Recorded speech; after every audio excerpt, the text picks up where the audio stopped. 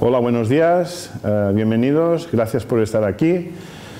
Hoy vamos a hablar de un tema que de alguna manera nos explica desde un punto de vista bastante teórico, son unos fundamentos fisiológicos de los que hablaremos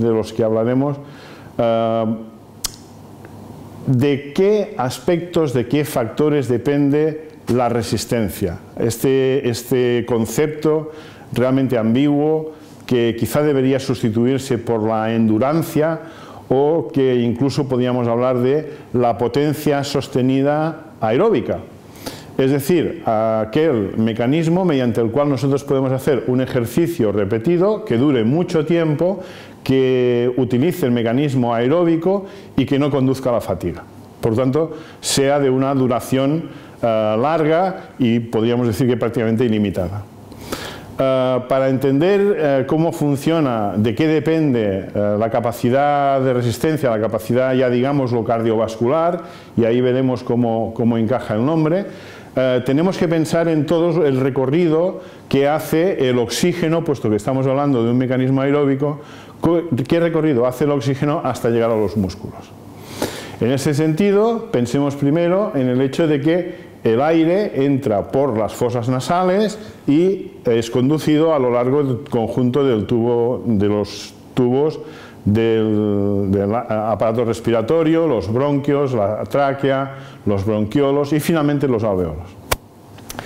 La capacidad que tienen estos conductos para transportar el aire dependerá de muchos factores, pero por ejemplo uno que nos afecta a todos es el hecho de que haya contaminación atmosférica.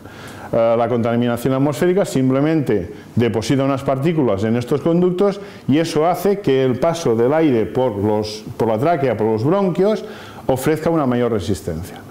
Al necesitar más fuerza muscular para poder expandir la masa del pulmón, esto supone un gasto extra de energía y una fatiga más inmediata, más prematura.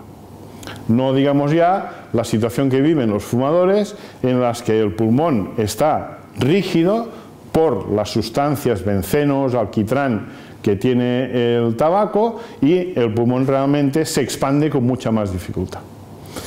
Sin embargo, estos elementos contribuyen relativamente poco a aumentar o disminuir la capacidad cardiovascular.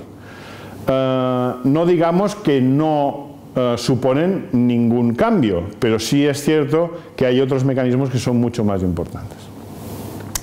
Cuando el oxígeno ha llegado a los alveolos, se tiene que producir un intercambio entre el oxígeno que está dentro del alveolo y el capilar sanguíneo que está más abajo, que está en contacto con esta burbuja rica en el aire exterior. Entonces, el oxígeno tiene que atravesar la capa del alveolo y tiene que atravesar la capa del capilar. Determinadas enfermedades, silicosis, algunas bronquitis, el enfisema, alteran esta membrana y dificultan el paso. Las personas afectadas de estas enfermedades respiratorias no podrán realizar esfuerzos de tanta magnitud como una persona que está sana en este sentido.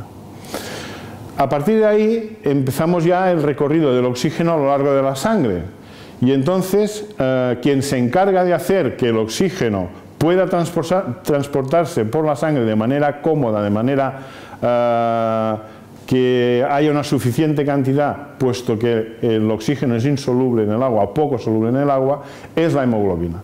La hemoglobina es el pigmento que da color rojo a la sangre y la molécula es una proteína que engancha a las moléculas de oxígeno y la transporta desde la zona de los pulmones, dando la vuelta por los circuitos arteriales y venosos hasta los tejidos periféricos.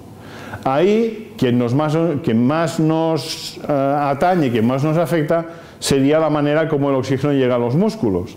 De tal manera que el número de capilares que rodean a cada fibra muscular es un factor que limita o no la resistencia cardiovascular.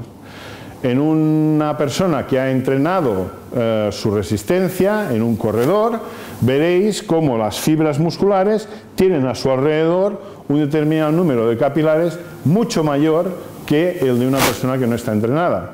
Es decir, que la fibra está rodeada por más cantidad de sangre y por más superficie de contacto entre el capilar y la propia fibra. Para absorber, para obtener el oxígeno desde la hemoglobina hacia el interior de la fibra, la propia fibra muscular tiene una proteína que es receptora de oxígeno llamada la mioglobina. Es por este motivo, hemoglobina es el color rojo de la sangre, mioglobina es una proteína muy similar y es por este motivo que los músculos tienen este color rosado. Los músculos muy resistentes tienen un color más oscuro, tienen más mioglobina, y los músculos más fatigables, pero a su vez más potentes, son más blancos, tienen un color más rosado. Entonces, la mioglobina es capaz de arrastrar a las moléculas de oxígeno que existen en los capilares y que están transportadas por la hemoglobina hacia el interior. Cuando la mioglobina ha retenido ya el oxígeno, entonces estamos ya entrando en el metabolismo intracelular. Una persona entrenada tiene más mioglobina en sus fibras que una persona que no lo está. Una persona entrenada hace que esa mioglobina aproveche mejor el oxígeno y por lo tanto el sistema aeróbico le otorga más resistencia.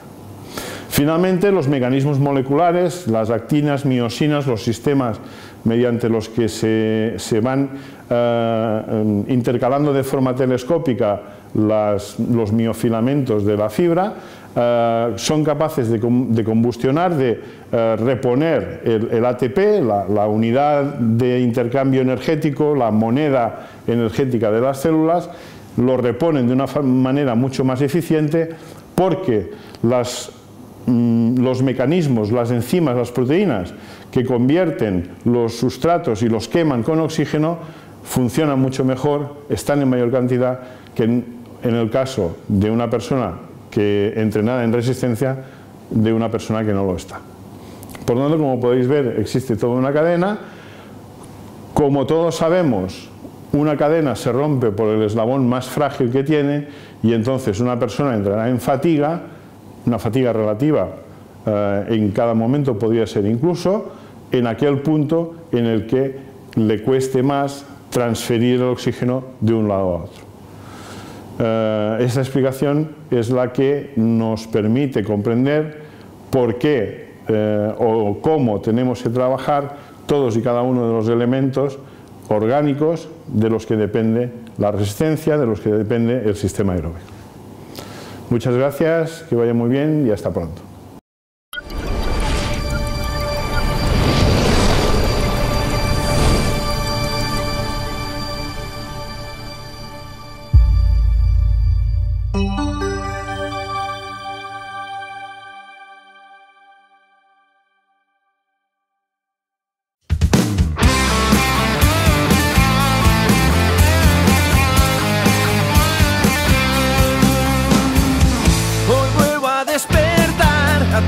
Quiero enseñar a dónde voy a llegar, tal vez hacia un lugar donde soñar es real, sin penas ni oscuridad.